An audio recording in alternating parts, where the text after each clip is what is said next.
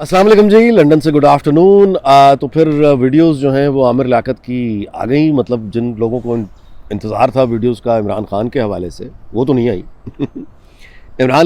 आमिर लियाकत की अलबत्ता वीडियोस आ गई। मैं आपसे गुजारिश करूं कि अफसोस, मुकाम अफसोस है, यानी इबरत भी होती है, दुख भी होता है।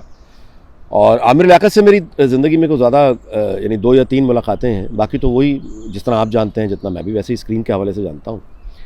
और अफसोस हुआ कि एक आदमी जो है उसको इतनी जल्दी इतनी कम उम्री में एक आदमी को एक बड़ा उसको इज़्ज़त मिली, उसको बड़ा मतलब है कि मकाम मिला, उसको बड़ी एक पैसा तो देखिए बहुत से लोगों के पास होता है, पैसा नहीं होता कोई कामयाबी, शोहरत भी कोई कामयाबी नहीं होती। शोहरत तो बहुत से लोगों की है, मतलब और ऐसी शोहरत है लोगों की कि मतलब आप उनसे जाके पूछें तो वो आपको रोते हुए मिलेंगे कि काश ये शोहरत ना होती। आप मेरी बात में, शोहरत कुछ नहीं होती ना, पैसा ही अकेला कोई चीज़ होती है। आमिर लियाकत को जो तोहफ़ा मिला था वो इज़्ज़त थी। हकीकत ये है कि पाकिस्तान के माशरे में यानी जब ये आए हैं और इन्होंने अपना एक मजहबी प्रोग्राम शुरू किया जियो पे, तो लोग इनकी दिल से इज़्ज़त करते थे। और मतलब हालत ये थी कि उस वक्त का बड़ा most powerful man Pervez Musharraf, उनकी वालदा और उनकी वाइफ, आप अंदाज़ा लगाए ना कि वो मतलब इनके मदाहों में शामिल।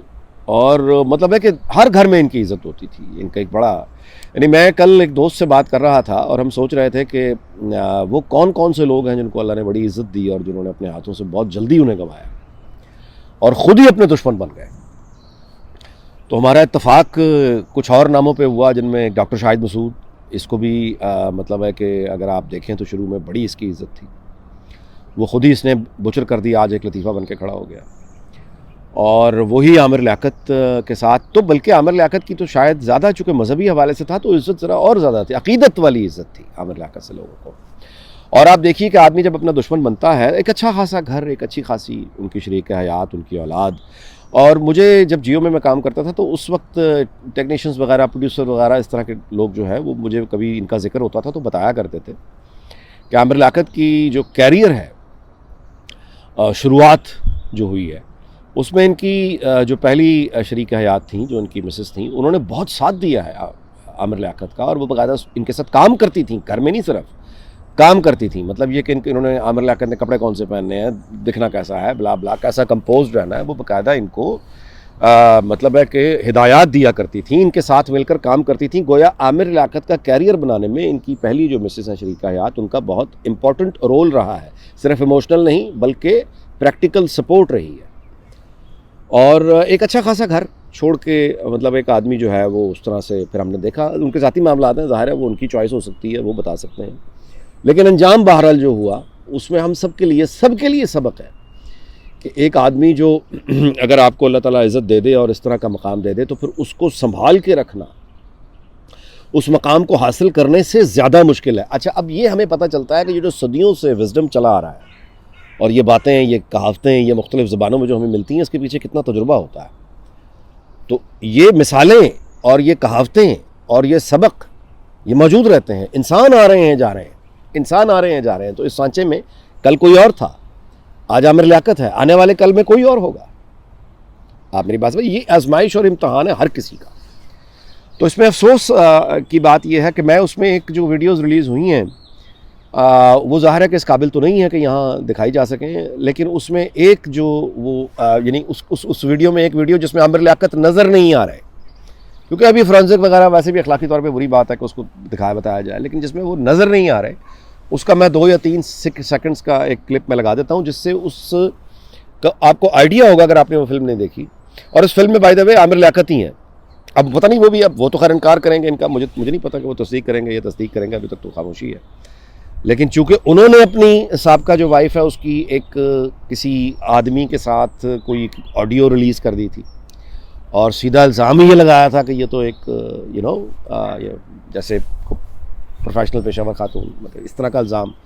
तो ये इल्ज़ाम आमिर लियाकत ने जब लगाया उसके बाद ये वीडियो सामने आई है। तो अब आप समझ सकते हैं कि ये किस, अच्छा अब ज़रा बरतानिया से मैं इतना सबक आपको ज़रूर सिखा दूँ कि यहाँ पे आप यकीन करें, मैंने कल ट्वीट भी यही किया था, यहाँ पे कोई साबिक शौहर, साबिक बीवी, साबिक गर्लफ्रेंड या साबिक बॉयफ्रेंड, मतलब अगर रिलेशनशिप ख़त्म हो गया, उस रिलेशनशिप ख़त्म होने के बाद यहाँ पे कोई भी पार्टनर अपने एक्स पार्टनर की वीडियो इस तरह की मार्केट में अगर शेयर कर देगा तो लंबी जेल है, बड़े सख्त कवानीन है, जिसको हम काफिर बरतानिया कहते हैं ना कि ये बड़ा याश मुआशरा है, बड़ा यहाँ पे तो खुला, बड़ा सेकुलर, ये वो। यहाँ इतने प्राइवेसी की इतनी रिस्पेक्ट रखी जाती है, ज़ाती जो आज़ादी है उसका इतना एहतराम है कि अगर एक दो लोग रिलेशनशिप में हैं और उस वक्त उन्होंने एक दूसरे की इस तरह की वीडियोस बना ली हैं प्राइवेट में, और रिलेशन खत्म होने के बाद अगर उसने पब्लिक कर दी, तो जो पब्लिक करेगा उस पर पूरा कानून हरकत में आएगा, उसकी ऐसी की तैसी फिर जाएगी कि ये जो आपने रिकॉर्डिंग की थी उस वक्त आप एक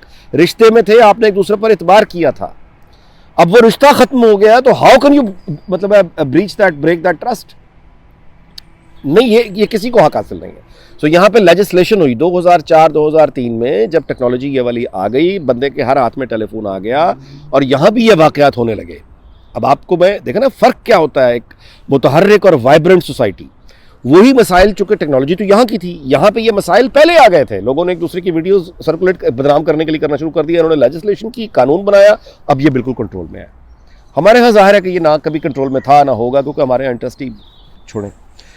तो अगर वो यहाँ पे एक तो ये वीडियो रिलीज़ होने की जो मैंने आपको बरतानिया के कवानीन बता दिए, और दूसरी बात ये कि जो इल्ज़ाम आमिर लियाकत पे लगाया है उनकी कि कैद रखा करते थे या ये था वो था, वो भी यहाँ इस मुल्क में बरतानिया में सवाल ही पैदा नहीं होता कि आप किसी को 1 मिनट की कैद भी, यानी पार्टनर एक दूसरे से कह सके। यहाँ पे जेंडर नहीं होता, बीवी ने शौहर को या शौहर ने बीवी को, बीवी ने शौहर को भी अगर कैद कर दिया तब भी वही कवानीन है, शौहर ने बीवी को कैद कर दिया तब भी वही कवानीन है। तो ये जो मौजू है ये एक तकलीफ दे मौजू है, और मैं आपसे गुजारिश करूँ कि ये जो रवैये हैं, अब यानी मैं कोई नहीं हूँ कि मैं उनको कोई मशवरा देने की पोजीशन में हूँ ज़ाती मामलात में, लेकिन आमिर लियाकत को अगर मेरा ख्याल है कि अपनी पहली अहलिया से अगर कोई मामला बन सकता है, माफ़ी तलाफ़ी हो सकती है, तो करना चाहिए, वरना प्रैक्टिकली जितनी इज़्ज़त उनकी थी और जितनी शोहरत उनके पास थी और जो कुछ उनके पास था, अब इन वीडियोस के बाद और इसके बाद आमिर लियाकत ने खुद ही उसको तबाह व बर्बाद कर दिया है। मैं आपसे गुजारिश करूँ कि दीन और मज़हब, इनको बेचने वाला, यानी दीन को बेचने वाला, मज़हब को बेचने वाला, हर वक्त दीन की बातें करने वाला, हर वक्त दूसरों को यानी इस तरह से कहने वाला, काश कि ये फार्मूला कहीं पे गलत भी हो।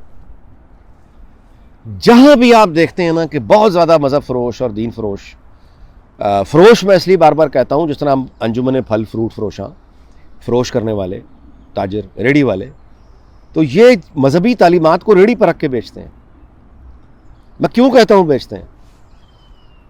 दूसरों को, यानी अपनी कमर्शियल एक्टिविटी है ना भाई, सीधी बात है। आपने मतलब है जाके इतने की दुआ पढ़नी है तो इतना पैसा लेना है, आपने फलां जगह पे नात पढ़नी है तो आपने इतना पैसा लेना है, आपने फलां सिर्फ मजलिस में शिरकत करनी है दीनदारी तो फिर आपने इतने पैसे लेने हैं। दूसरों को आपने ज़ाहिर है मजहबी और दीन के इल्ज़ाम लेकर चढ़ जाना है, और उसके अंदर फिर क्या निकलता है।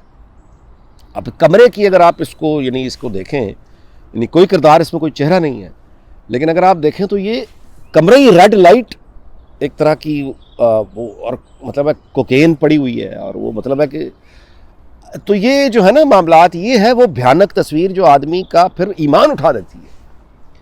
हर आदमी कहता है कि जो भी आदमी मजहब की और दीन फरोशी करता है ना, मैं भाग ही जाऊं इससे। ये जुल्म होता है, और ये जुल्म खुद किसके लिए मतलब होता है, ये इंसान अपने ऊपर जुल्म करता है। इस्लाम को तो आपने क्या बिगाड़ना, वो तो सच्चा दीन है। तो ये मजहब फरोश जो ज्यादती करते हैं, वो मतलब एक तो ये कि अब जब ये एक्सपोज होते हैं तो फिर उसका नतीजा ये निकलता है कि बहुत सारे लोग वो दीन से ही सिरे से बागी हो जाते हैं। आप मेरी बात समझ रहे हैं? यानी ये जो वीडियोस आमिर लियाकत की आई हैं, हमें अंदाजा नहीं है कि कितने लोग होंगे जो फैन क्लब होगा किसी ज़माने में आमिर लियाकत को, कितने लोग होंगे जो इस यानी वो कहेंगे कि यार ये होता है, तो हमें यानी मजहबी लोगों से, मजहब से हम पीछे ही हो जाएं। ये नतीजा निकलता है। यहाँ यूरोप में बिल्कुल यही हुआ है, एग्जैक्टली यही हुआ है। यहाँ पे जब ये पादरियों की और वो चर्च की और इस तरह की जो जाराधारियाँ थीं और जो गुंडागर्दी थी, वो जब मतलब है कि पता चलनी शुरू हुई और सामने आनी शुरू हुई है, तो उसका नतीजा क्या निकला? फ्रांस में क्या निकला, जर्मनी में क्या निकला, आपने देखा। यही वजह थी कि फिर ये रियासतें सेकुलर हुई हैं। ये मजहबी रियासतें हुआ करती थीं, बड़ी शदीद मजहबी रियासतें होती थीं ये यूरोप की रियासतें। इनकी आपस में लड़ाइयाँ, मार कुटाइयाँ, जंगें, مذہبی یعنی ظاہر ہے کہ قبضے اور اکانومی کی جنگ ہوتی تھی، لیکن مذہب بڑا اس میں بنیادی رول ہوتا تھا. وہ کہتے تھے کہ ہمارا یعنی ورژن ٹھیک ہے، وہ کہتے تھے ہمارا ورژن ٹھیک. تو سامنے دین کو رکھ کے مطلب یہ تو یہاں پہ اتنا ظلم ہوا ہے دین کے نام پہ، اور اس طرح کے لوگ، یہ کردار جنہوں نے دین کو بیچا، دین کے نام پہ لوگوں کو زندہ جلا دیا، دین کے نام پہ کرسچینٹی کا نام لے کے لوگوں پہ یعنی ظلم توڑے، برباد کیا. پتہ یہ چلا کہ وہ جو پادری ہوا کرتے تھے جو دوسروں کو یعنی ہر کام سے منع کرتے تھے، ان کے اپنے پاس جو ننز ہوتی تھیں، ننز اور پڑھنے والے بچے، وہی ان کے شدید تشدد اور ظلم کا شکار ہوتے تھے یعنی جنسی حوالے سے. تو اس کے بعد پھر نفرت ایک ایسی نکلی کہ سب کو انہوں نے اڑا کے رکھ دیا. پاکستان میں مطلب ظاہر ہے اس طرح کی تو کوئی صورتحال ابھی دور دور تک دکھائی نہیں دے رہی، لیکن میں آپ سے گزارش کروں کہ یہ مذہب بیزاری کا رویہ جو ہے، اب آپ نے دیکھا کہ ایک آدمی جو مذہب کا نام لے کے اٹھا، جس نے یہ تبلیغ، جس نے کہا کہ میں لوگوں کو دین کی طرف لاؤں گا، میں اسلام کی طرف لے کر آؤں گا، میں لوگوں کو مطلب ہے ریمائنڈ کراؤں گا کہ ان کے فرائض کیا ہیں، یہی کہہ کے اٹھا تھا نا. نتیجہ جہاں پہ جا کے سفر کا اختتام ہوا وہ یہ ہوا کہ وہ بلکہ دین سے بیزاری اور مذہب سے بیزاری کی مثال بن کے اس نے بنا دی. میری بات سمجھ رہے؟ تو یہ بیسیکلی ویلاگ اس بات پہ ختم کرتے ہیں کہ ہم سب ہمیں اپنے آپ کو ہر روز یاد دلانا چاہیے کہ آخری رسول حضرت محمد صلی اللہ علیہ وسلم تھے. ان کے بعد یہ وحی کا سلسلہ، رسالت کا سلسلہ، پیر فقیری کا سلسلہ، یہ سب ختم ہو چکا ہے.